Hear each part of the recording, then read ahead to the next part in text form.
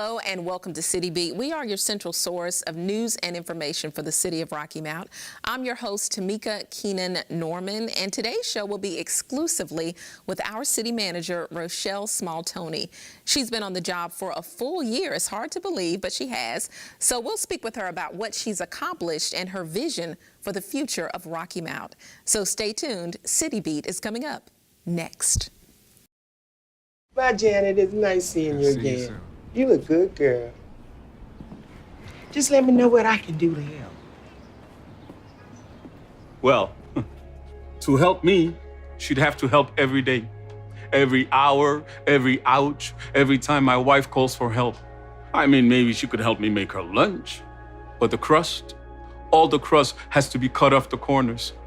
She could help me run to the doctor for the 5th time this week. Help me with the specialist and the second opinions and the painful paperwork about paperwork. Help me deal with how hard it is seeing my wife's name on so much paperwork. But this is on me. I'm the only one who can do this, like this, for her. Besides, take care. We will. Janet doesn't like her cooking anyway. Find support for your strength. Visit aarp.org/caregiving for care guides and community. Hello and welcome to City Beat. I told you this show would be exclusively with our city manager, Rochelle Small-toney. She's been on the job for 1 year. It's hard to believe. And we're going to speak with her about her accomplishments, some of her challenges, and her vision for the future of Rocky Mount. So welcome back to City Beat. Thank you. Yeah, I think this is your 3rd time on the show. Probably. Yes, that's exciting. It's a pleasure to have you here. Thank you so much. How does it feel after a year? After a year, well, actually, it doesn't even feel like a year. It feels like I've been here 5 years, which I think is a good thing because it means that I've settled into the community very well, I think, and certainly quite busy in the organization. So, yeah, it's a good thing. Yeah. I think you fit right in. It feels longer to me, too. Yeah. Feels like you've just been here for a while. But one of the things we talked when you first came, and I did an article on you, one of the things that you said, and I want to quote it, is that public service is not just a job, it's an honorable profession.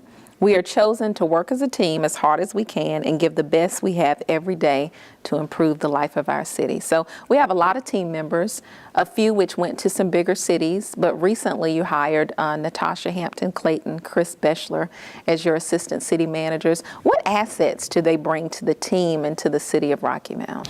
Well, both are very accomplished and seasoned professional managers.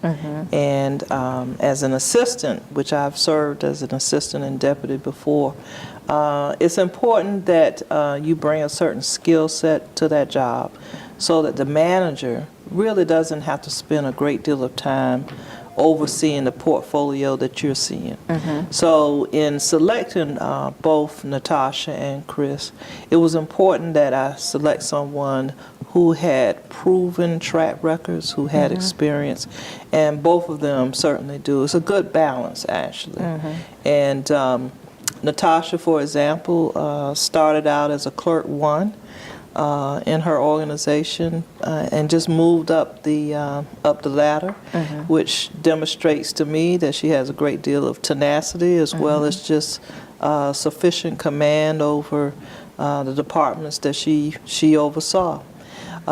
Very similar for Chris Beschler, who headed up Richmond, Virginia, as an interim chief administrative officer under the former Governor Wilder.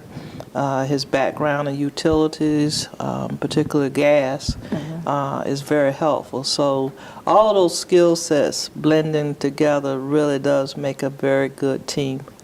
And we'll speak with them a little later. Actually, next month, we're going to have them on the show, get a little bit more information on them, their background and experience, too. One of the questions that I've gotten a lot from people is police chief. Where are you in that process? And what are you proud of? Because interim chief Willie Williams has been doing a really good job. He has done a fantastic job. Chief Williams is retired, and he was kind enough and gracious enough to come out of retirement to help us until a new chief was named. I would say that, for a city manager, certainly appointing the right police chief is a huge job. I do hope to have a conversation with the city council very soon to get their input as to what it is that they're looking for in a chief as well, even though they don't make the appointment. But I think it's important to sort of know, you know, what the leadership of the city has on its mind. And then, you know, we'll select the executive search firm that will assist in the selection process. I do anticipate that perhaps the finalists may have an opportunity to meet the community before that final selection is made. But, you know, right now it appears that the department personnel are quite happy with Chief Williams. He certainly is a calming person, sort of grandfatherly, when you think. Yeah. And so that has played very well, I think, in the department, as well as the fact that, you know, he at one time was a major here. So he knows Rocky Mount. Many people in the community and the neighborhoods knew him when he was here. And so we're just going to build on, you know, his very outgoing personality, certainly his concern for the community, all aspects of the community, and for his employees. You know, we talk about Chief Williams and your assistant city managers, but there are over 900 employees for the city of Rocky Mount. And one of the initiatives you started in November of last year, which I really liked, incorporated that entire team, and that's Table Talk. So tell the viewers a little bit more about Table Talk and why it was so important for you to get that started right away. Sure. Well, you know, coming into a brand new organization is very challenging to get around to all of the departments and out into the field. But it was important also, and still is important, for me to hear from the employees of the city. And we established this once a month opportunity for employees to come in, meet with me and the assistant city managers, and we just talk about, you know, what's going on in the city over lunch. And it's a very intimate setting, and you'd be surprised. I mean, I've learned a great deal about what's on their minds, and some of it has actually helped shape some policies that I put in place since starting this. So I think it's a win-win for everybody. Okay. I want to talk a little bit about some of the challenges, because when you first came on board, diversity, equity, inclusion was a little bit of a challenge, but we have been working on that since 2012. What I like is that we put that out into the community, especially with the Confederate Monument on Falls Road. We had the community conversations kick off. Dr. Todd kind of started that whole thing. Tell us, for those who don't know Dr. Todd, a little bit about who she is and why you thought she was important to kick off such sensitive conversation. Sure. Well, Dr. Bertha B. Todd and I go way, way, way, way, way back, since I was a little girl, actually. And Mrs. Todd is who I refer to as, but she took on a very challenging conversation in my hometown of Wilmington, North Carolina, discussing the 1898 race riot that occurred there, and bringing the white community and the black community together to really have a very viable conversation about that whole period of time in the history of Wilmington. And she's done that in a very successful way. Those are very difficult conversations to have. And so just speeding fast forward here in Rocky Mount, the conversation around the Confederate Monument similarly is a difficult conversation for some people to have. And so I thought it was a good idea to bring her in, invite her here, and thankfully she was available to come. But it was meant to be a demonstration to the residents of Rocky Mount that, hey, if Wilmington can do it, we can too. And I think that she imparted upon all of us how difficult, how challenging those conversations would be. she certainly gave us some pointers about how to proceed, and really to just stick to it. And from that, we were already positioned to start the community dialogue, but we just thought that would be a really good kickoff. But Mrs. Todd has been one of those mentors for me throughout my entire life, really, and also through my professional life.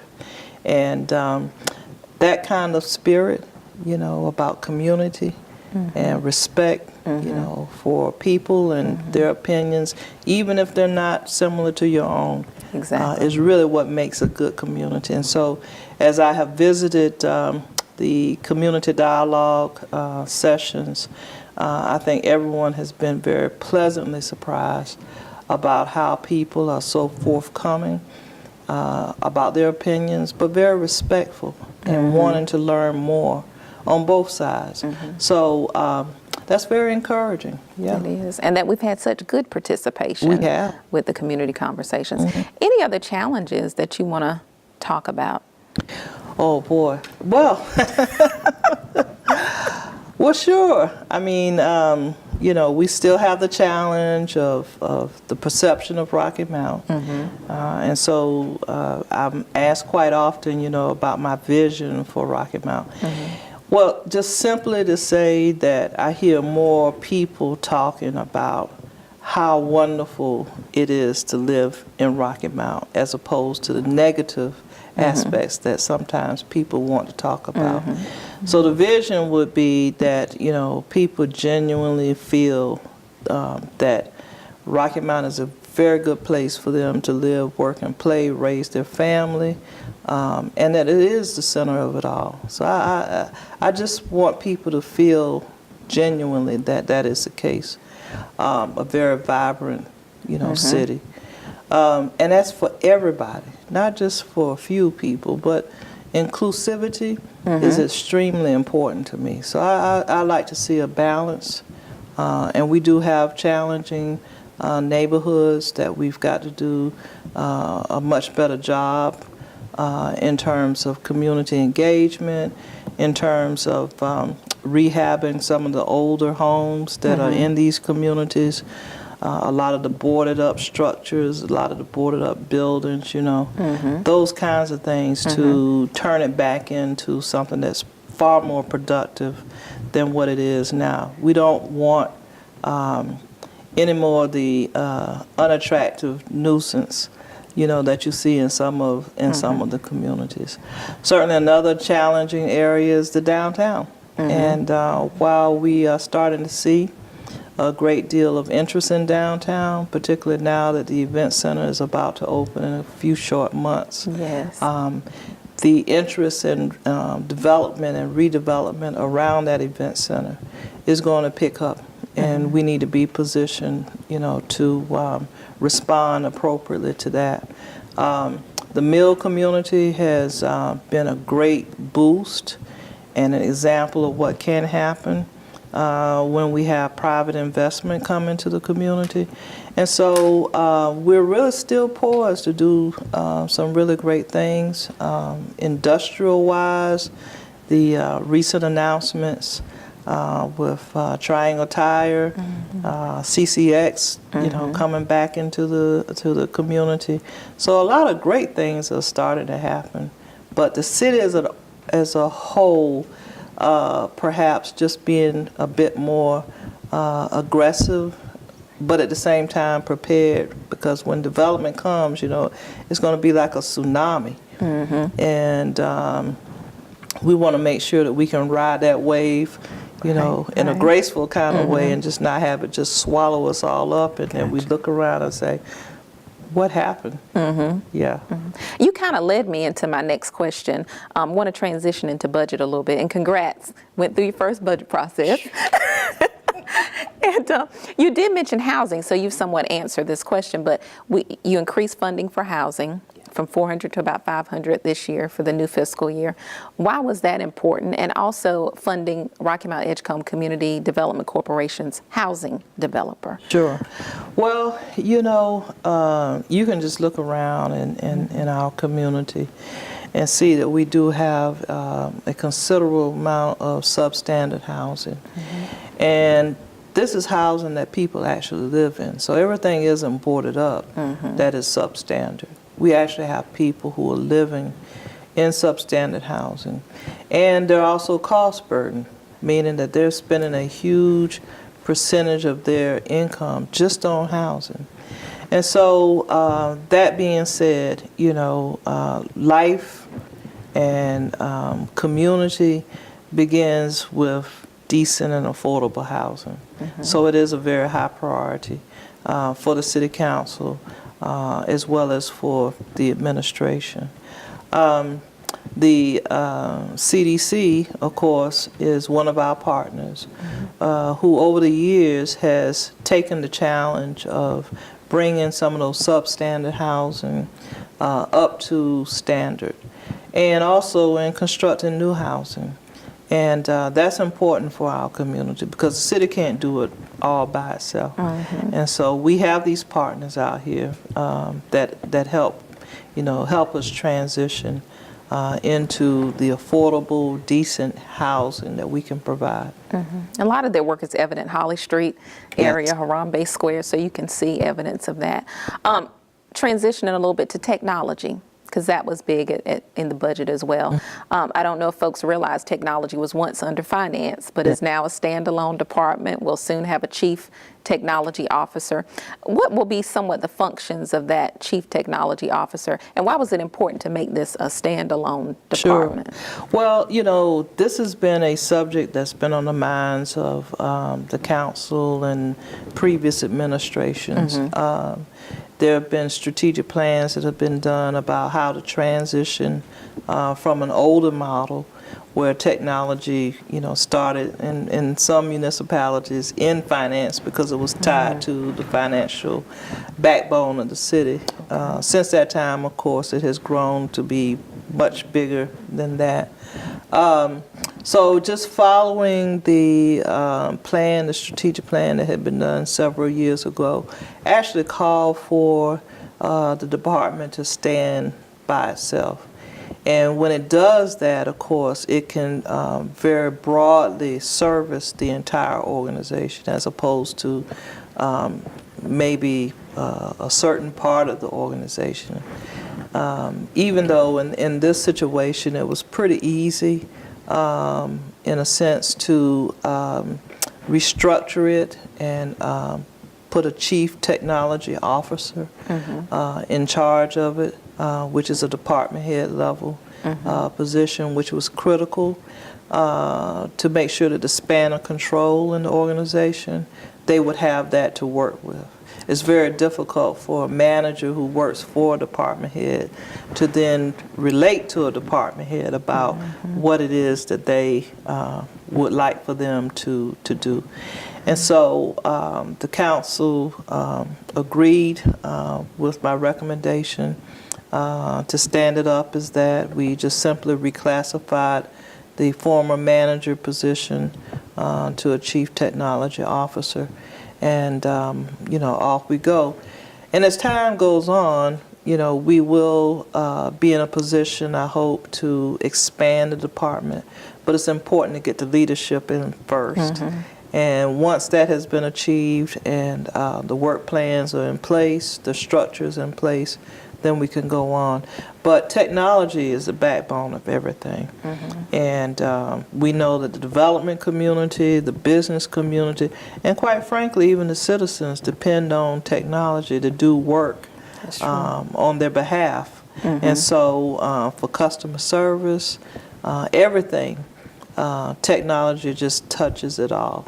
So that's really why I thought it best now with the tsunami coming, right? That we're in a much better position technology-wise to help drive that better. And speaking of that, customer service technology, we're trying to improve the processes for businesses too. So one of the first changes you made was changing planning and development to development services and having this idea of the one-stop shop. Yeah. Where did that come from, and where are we in the process now with that? Sure. Well, you will find across the country now many communities, many organizations that have gone to that, recognizing that, you know, time is money, and developers need to know that they have the support of the regulators, because in this instance, that's what the city serves as. We're regulators of the state's laws as it relates to development, and even the local laws as well, the local ordinances. But so when the utility building moved out of the first floor of City Hall, that area now will be transformed into what we call a one-stop shop, where developers or business people, even you know, residents who have projects that they're working on, can come in, have their projects reviewed, and they're not running all over, you know, all over the city and all of that. So in theory, that's the design, is to come in one stop, get it all done at one time and in one place. I know in January, I think it was, Dr. Falcon, Landis Falcon, came on board. You had a new Department of Community and Business Development. Yeah. Tell me a little bit about her role, that department, and then how it differs from like your chamber, Carolina's Gateway Partnership. Sure. Well, in the business recruitment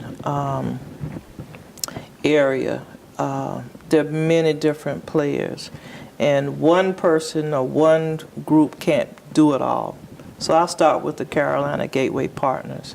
Carolina Gateway Partners, and by the way, I think that is finally I come to a community where the model actually works.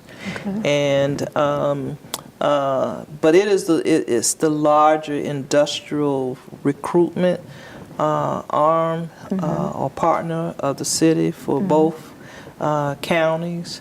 And they would bring in the triangle tires or the CCX projects, the really large projects, even down to, you know, even some smaller projects. But basically, you know, we don't get in their way. We simply support them by helping with incentives and such. So that's what their charge is. The chamber, of course, helps with the business community overall. Small business, large business, you know, it's a membership-driven organization. And they do a lot of great things to support businesses, to try to keep them in business, keep them in the community. And once they are in the community, we want to make sure that they feel a part of the community. Now, the community and business development is a little different. We fill in that gap.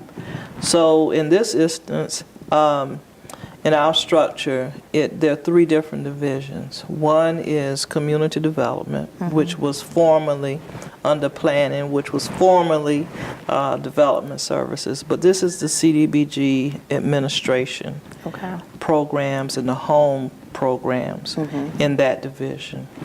And then we have downtown. So the downtown is such a priority here in Rocky Mount that it needs its own special attention, and that too is headed up by a manager.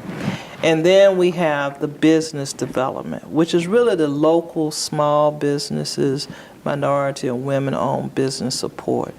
So pulling those three together up under one director who has a tremendous amount of experience in all of those areas just seemed to be the perfect fit to pull them together so that they can work together. Yeah, sounds good. Yeah.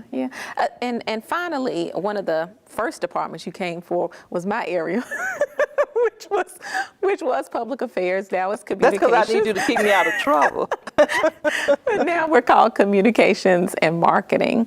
Tell me a little bit about the changes there, why you felt they were necessary, and how it's working better for the city. Well, you know, Rocky Mount has such a great story to tell. And keeping the citizens informed, you know, keeping people who are thinking about Rocky Mount informed about what we're doing here is just paramount. And no better way to get the story out there than for us to tell it ourselves. And while I thought you were doing a tremendous job, Thank you. I just saw other opportunities to expand our storytelling. And I think it's worked out really good. We now have a new brand that you're working on, the center of it all. And the word is definitely getting out there. You understand social media and all those different avenues for getting that message out.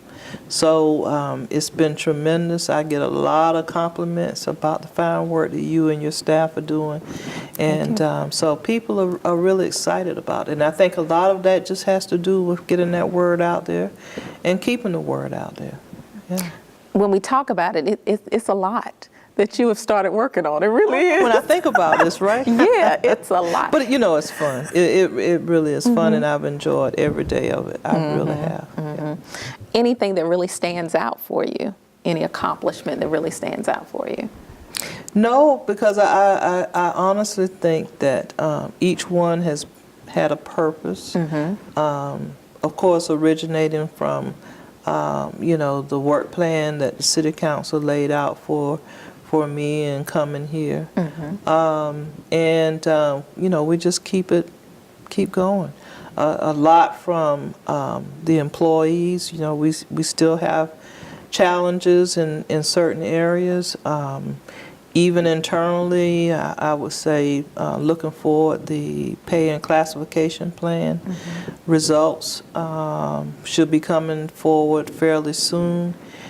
This is important. I think some of our antiquated and buildings, you know, that in the past maybe not enough resources to go around to make sure that you know, roofs were in place and that sort of thing. So we do have some challenges, you know, going forward.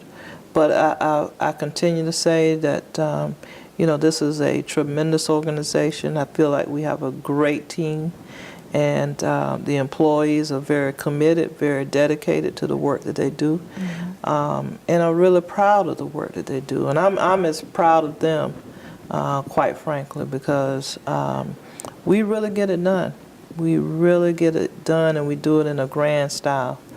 There you go. Well, you touched on vision a little bit earlier, but is there anything you want to add about that? Just a vibrant Rocky Mount that everybody can be very proud to call their home. You know, people talk about Rocky Mount sometimes in such a way that you would think that they have fallen off of the face of the earth. But once you're here and just take a look around and look at all the opportunities, I still haven't given up on Battle Park by any chance of doing that, because I firmly believe, you know, that is another diamond in the rough. Perhaps it just wasn't our time this year, but you know, we're still going to continue to work on that project, because I think that's a major regional draw for the city. So lots to do here. Looking forward to this year and seeing what we can accomplish over the next 12 months or so. Okay. Thank you so much for joining us on the show today. I enjoyed speaking with you. Mrs. Rochelle Small-Toney, City Manager for Rocky Mount, talking about her accomplishments after her first year on the job. Thank you as well for tuning in to another edition of City Beat. I'm Tamika Keenan Norman. We'll see you next week.